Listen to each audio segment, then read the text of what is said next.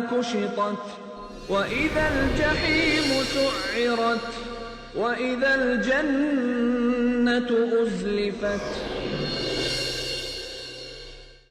إن الحمد لله نحمده ونستعينه ونستغفره ونعوذ بالله من شرور أنفسنا ومن سيئات أعمالنا من يهده الله فلا مضل له ومن يضلل فلا هادي له وأشهد أن لا إله إلا الله وحده لا شريك له وأشهد أن محمدا عبده ورسوله أدى الأمانة ونصح الأمة وبلغ الرسالة حق التبليغ.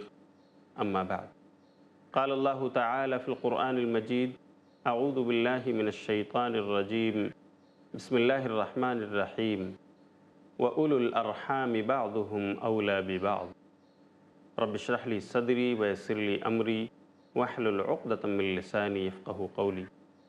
محترم ناظرین کرام اور خواتین اسلام، آدم کی بیٹیاں اس سیریز میں آج پھر آپ کا استقبال ہے.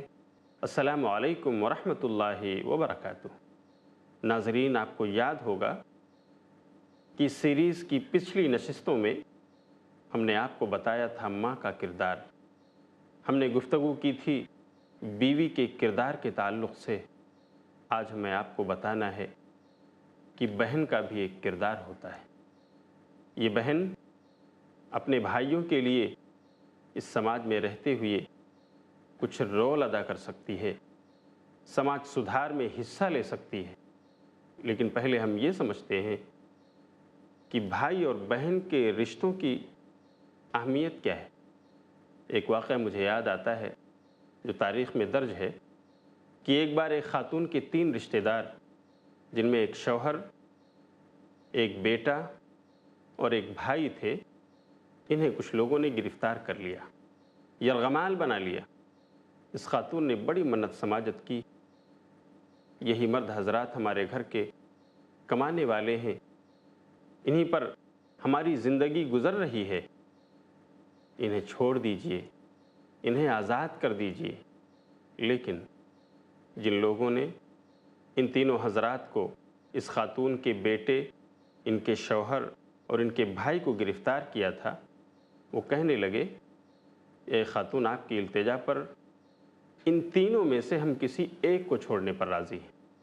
آپ جس کا چاہو انتخاب کر لو، صرف ایک انسان کو ہم آزاد کریں گے.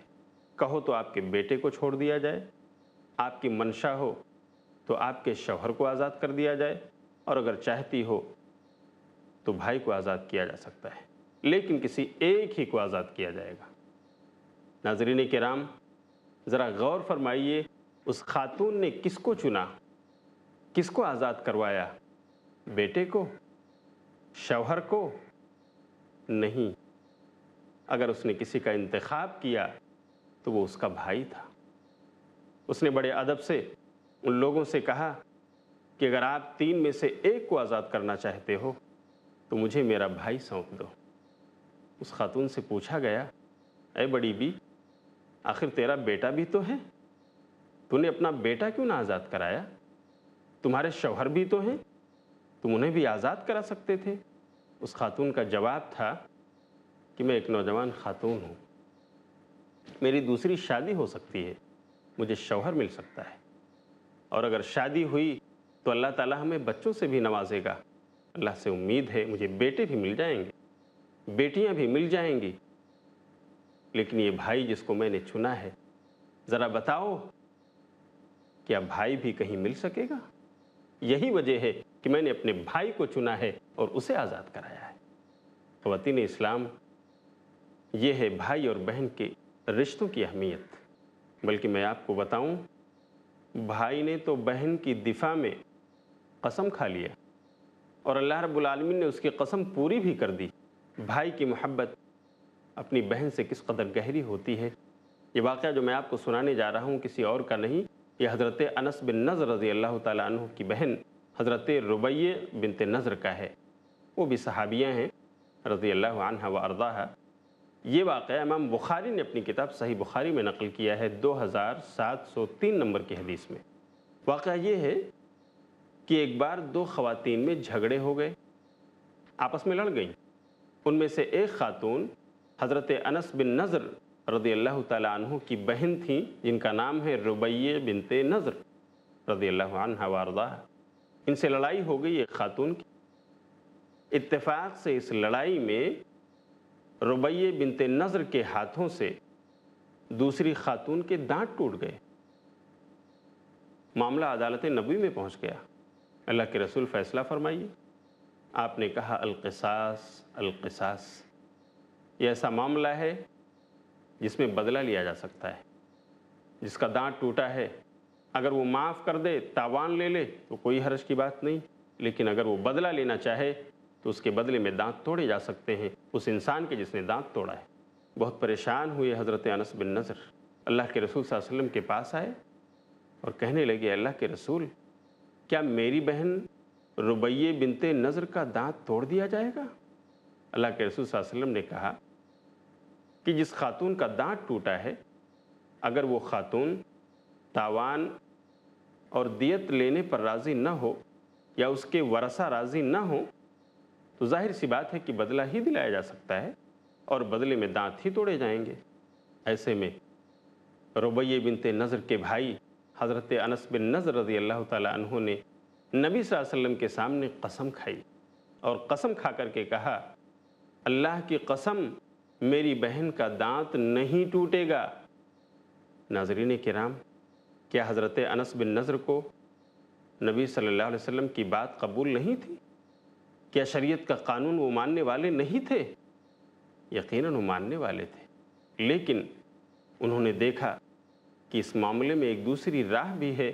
جس کا دانت ٹوٹا ہے وہ لوگ اگر معاف کر دیں، تاوان لے لے، دیت قبول کر لیں تو میری بہن کا دانت ٹوٹنے سے بچ جائے گا۔ ایک نیک آدمی تھے، حضرت انس نے قسم کھا لی کہ اللہ کی قسم میری بہن کا دانت نہیں ٹوٹے گا۔ ان کی قسم جب نبی صلی اللہ علیہ وسلم نے سنی تو آپ نے کہا انس تم نے قسم کھا لیا ہے، اچھا ٹھیک ہے، جاؤ اس خاتون کے گھر جس کا دانت ٹوٹا ہے اور اس کے ورثہ سے ملو، ان سے کہو کیا وہ تاوان لینے پر، کیا وہ دیت لینے پر راضی ہیں؟ اگر وہ راضی ہو جاتے ہیں ایسی صورت میں تمہاری بہن کے دانت ٹوٹنے سے بچ جائیں گے۔ یہ امید لے کر حضرت انس بن نضر رضی اللہ عنہ وارضاہ اس خاتون کے گھر گئے جس کا دانت ان کے بہن کی وجہ سے، ان کے بہن کے ہاتھوں سے ٹوٹا تھا، اور ان کے ورثہ اور اولیاء سے عرض کیا کہ اگر آپ چاہیں تو دیت لے لیں، تاوان ہم دینے کے لیے تیار ہیں، اور اس طرح ہماری بہن کا دانت ٹوٹنے سے بچ جائے گا اور آپ کو دیت مل جائے گی۔ اتفاق سے حضرت انس بن نضر کے کہنے پر اس خاتون کے گھر والے راضی ہو گئے، چلو ٹھیک ہے دیت دے دو، تاوان ادا کر دو، ہم بدلہ نہیں لیں گے، دانت نہیں توڑیں گے تمہاری بہن کا۔ بہت خوش ہوئے، اللہ رب العالمین نے میری قسم پوری کر دی۔ آقا نبی صلی اللہ علیہ وسلم کو بتایا۔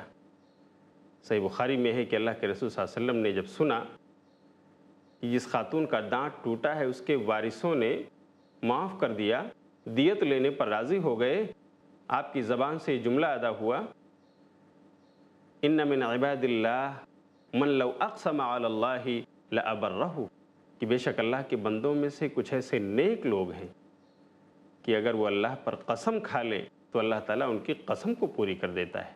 ناظرین کرام، آپ نے دیکھا ایک بھائی نے اپنی بہن کو بچانے کے لیے اس کے دفاع میں قسم تک کھا لی اور اللہ رب العالمین نے اسے پورا فرما دیا۔ یہ ہے بہن اور بھائی کے رشتوں کی اہمیت۔ لیکن آج ہمارے معاشرے میں نہ بھائی بہن کی قدر کرتا ہے، نہ بہنیں اپنے بھائیوں کی قدر کو پہچانتی ہیں۔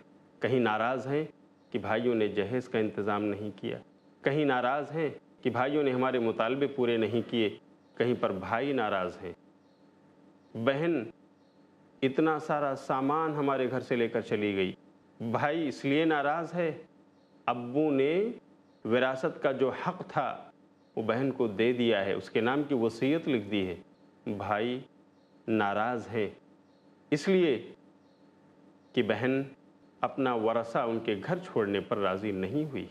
کیا یہ باتیں ایک اسلامی سوسائٹی کی ہیں؟ کیا یہ باتیں ایک اسلامی گھرانے کی ہیں؟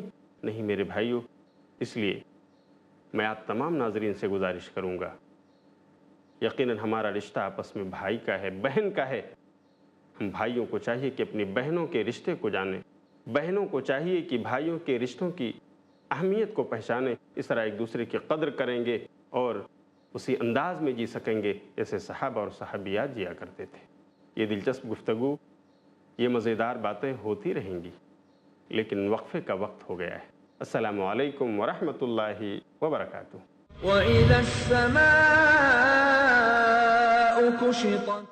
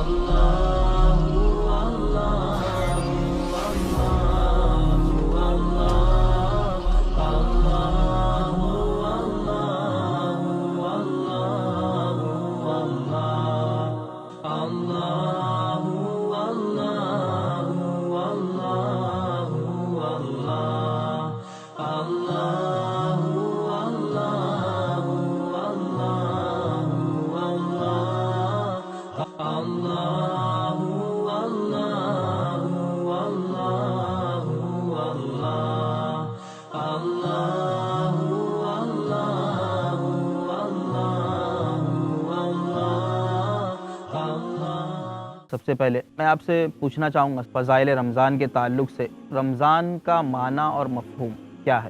رمضان کا معنی وہ مہینہ ہے جس میں اللہ رب العزت نے ہم پر اپنی ایک عبادت جس کو فرض قرار دیا، روزوں کو رکھنا ہے۔ جیسے سورج کی تپش سے ریت گرم ہو جاتی ہے تو رمضان کی تپش سے گناہ ختم ہو جاتے ہیں اور انسان اس مہینے میں نیکی کرتا ہے۔ اس کا ایک معنی رمضان ہے۔ بھوک اور پیاس کے وجہ سے جو پیٹ کی گرمی ہوتی ہے، شدت ہوتی ہے، اس کا ایک معنی رمضان ہے۔ اور ایک معنی یہ بھی کہا گیا کہ اللہ کو راضی کرنا، خوش کرنا بہت زیادہ ذکر اور اذکار کر کے، اس لیے کہ رمضان اللہ کے ذکر کا مہینہ ہے، رمضان مغفرت کا مہینہ ہے، رمضان گناہوں کی معافی کا مہینہ ہے، رمضان نیکی کرنے کا مہینہ ہے، رمضان بھوکے اور پیاسے رہنے کا مہینہ ہے۔ یہ رمضان کا ایک شرعی اصطلاح میں ہم معنی جو ہے لے سکتے ہیں۔